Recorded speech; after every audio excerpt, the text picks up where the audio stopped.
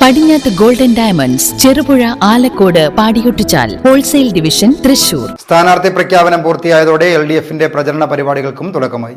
കണ്ണൂർ, കാസർഗോഡ് ലോക്സഭാ മണ്ഡലങ്ങളിൽ വിവിധയിടങ്ങളിൽ LDF സ്ഥാനാർത്ഥികളുടെ പ്രചരണ ബോർഡുകൾ ഇടം പിടിച്ചു തുടങ്ങി. സ്ഥാനാർത്ഥി പ്രഖ്യാപനത്തോടെ ലോക്സഭാ തെരഞ്ഞെടുപ്പിൽ ആദ്യ കുതിപ്പുമായി LDF പ്രചരണം തുടങ്ങി. CPM ജില്ലാ സെക്രട്ടറി MV ജയരാജൻ്റെ സ്ഥാനാർത്ഥി പ്രഖ്യാപനത്തെ കണ്ണൂർ മണ്ഡലത്തിലുടനീളം ആവേശത്തോടെയാണ് പ്രവർത്തകർ വരവേറ്റത്. ലോക്കലുകൾ കേന്ദ്രീകരിച്ച് വിളംബര ജാഥകളും പ്രധാന കേന്ദ്രങ്ങളിൽ പോസ്റ്ററുകളും ബോർഡുകളും ഉയർന്നു കഴിഞ്ഞു.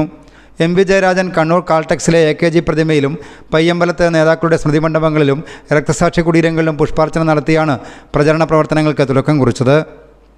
കാസർഗോഡ് പാർലമെൻറ്റ് മണ്ഡലത്തിലെ LDF സ്ഥാനാർത്ഥി MV ബാലകൃഷ്ണൻ്റെ തെരഞ്ഞെടുപ്പ് പ്രചരണങ്ങളും വിവിധയിടങ്ങളിൽ തുടക്കം കുറിച്ചു.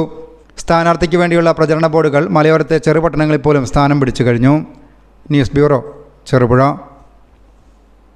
നിങ്ങൾ സ്വർണ്ണാഭരണങ്ങൾ വാങ്ങുമ്പോൾ വഞ്ചിതരാകാതിരിക്കാൻ ജാഗ്രത പാലിക്കുക. 2023 ഏപ്രിൽ 1 മുതൽ സ്വർണ്ണ പരിശുദ്ധി ഉറപ്പുവരുത്തുന്നതിന് കേന്ദ്ര ഗവൺമെന്റ് ആഭരണങ്ങളിൽ HUID നിർബന്ധമാക്കിയിരിക്കുന്നു.